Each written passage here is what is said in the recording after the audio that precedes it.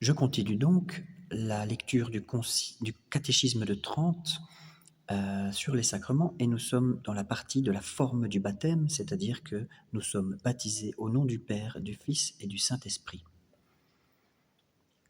Alors, nous lisons.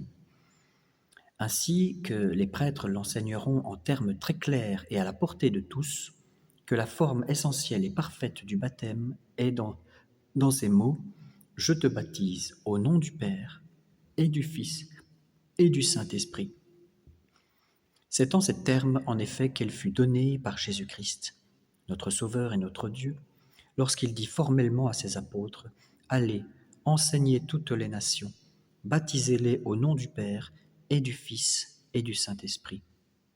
Par ce mot « baptiser », l'Église catholique, inspirée de Dieu, a toujours compris dans la forme de ce sacrement, a toujours compris que dans la forme de ce sacrement, il fallait exprimer l'action du ministre. Et c'est ce que l'on fait en disant « Je te baptise ».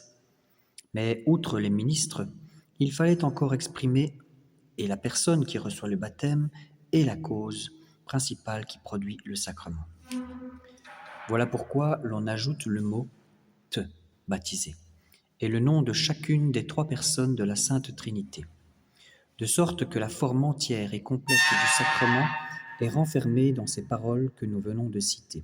« Je te baptise au nom du Père et du Fils et du Saint-Esprit ». Ce n'est pas en effet la personne seule du Fils qui opère l'effet de ce sacrement, quoique saint Jean le dise, c'est lui qui baptise. Mais ce sont les trois personnes de la Sainte Trinité ensemble. Et si l'on dit « au nom » du Père et non pas « dans les noms », c'est pour marquer qu'il n'y a qu'une seule nature et une seule divinité dans la Trinité. Ce mot ne se rapporte donc pas aux personnes, mais il désigne la substance, la vertu, la puissance divine qui est une et la même dans les trois personnes.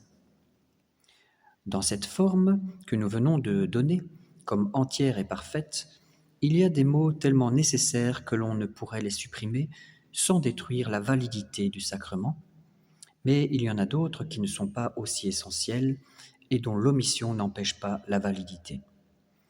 De ce nombre de ces mots est, dans la langue latine, le mot « ego », dont le sens est renfermé dans le verbe « baptizo ».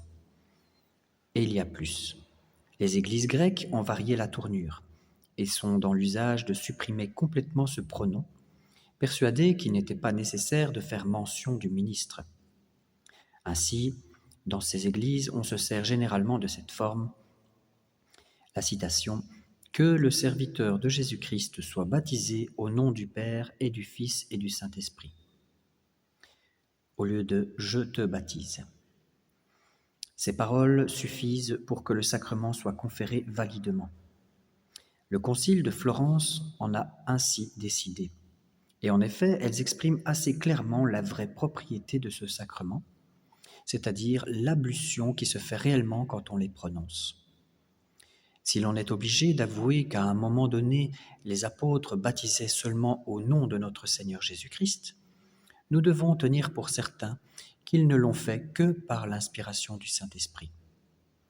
Et dans ces commencements de l'Église, au temps des actes, ils voulaient donner plus d'éclat à leur prédication par le nom de Jésus-Christ et faire connaître davantage sa puissance divine et sans bornes. Il faut noter qu'ils annonçaient aux Juifs que Jésus était le Messie. Et d'ailleurs, en examinant la chose à fond, on voit bientôt qu'il ne manque rien à cette formule de ce qui a été prescrit par notre Sauveur lui-même. En effet, dire Jésus-Christ seulement, c'est-à-dire par là même la personne du Père de qui il a reçu l'onction sacrée, et la personne du Saint-Esprit par lequel il l'a reçue. Donc, lorsque nous disons « au nom de Jésus-Christ », nous disons « au nom de la Trinité ». Au reste, il est très permis de douter que les apôtres aient conféré le baptême de cette manière.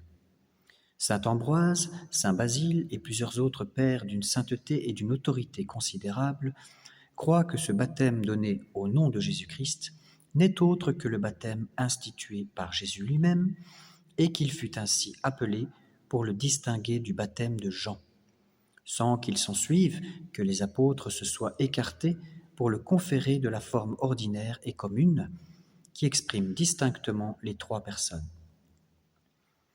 Et saint Paul semble se servir de la même manière de parler dans sa lettre aux Galates, lorsqu'il écrit « Vous tous qui avez été baptisés en Jésus-Christ, vous vous êtes revêtus de Jésus-Christ. » Que signifient ces paroles, sinon que les Galates avaient été baptisés dans la foi de Jésus-Christ, mais non avec une formule différente de celle que notre Dieu et Sauveur avait lui-même prescrite. Ce que nous venons de dire suffit pour instruire les fidèles sur la matière et la forme du baptême. Ces deux parties si importantes de l'essence même du baptême sont à bien comprendre. Mais pour produire le sacrement, enfin, il y a une manière d'employer l'eau, manière déterminée par l'Église, dont il n'est pas permis de s'écarter. Les prêtres auront donc soin de donner la doctrine sur ce point et d'expliquer en peu de mots l'usage et la pratique de l'Église. Elle admet trois manières de baptiser.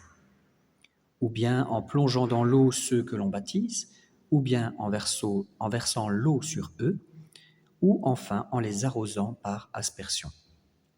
Mais de ces trois rites, ces trois manières, quel que soit celui qu'on suive, il est certain que le baptême est valide. L'eau n'est employée dans le baptême que pour signifier l'ablution intérieure de l'âme, donc la purification, que ce sacrement opère. Voilà pourquoi saint Paul appelle un bain. Or, il y a également ablution, soit qu'on plonge dans l'eau, comme on le fit longtemps dans les premiers siècles de l'Église, soit qu'on verse l'eau, comme c'est aujourd'hui l'usage en général, soit enfin qu'on fasse seulement une aspersion, comme saint Pierre, dit-on, lorsqu'il convertit et baptisa en un seul jour 3000 personnes dans les Actes. Et peu importe, d'ailleurs, que l'on fasse une ou trois ablutions. Saint Grégoire le Grand, écrivant à Léandre, dit que le baptême s'est donné dans l'Église et peut se donner de deux manières. Néanmoins, les fidèles devront observer le rite en usage dans leurs églises particulières. Mais il faut avoir grand soin d'apprendre au peuple que l'eau doit être versée non sur une partie quelconque du corps, mais principalement sur la tête, parce que la tête est comme le siège où aboutissent tous les sens intérieurs et extérieurs. De plus, les paroles de la forme du sacrement doivent être prononcées non pas avant ou après l'ablution, mais dans le moment même où cette ablution se fait, et par celui-là même qui l'a fait.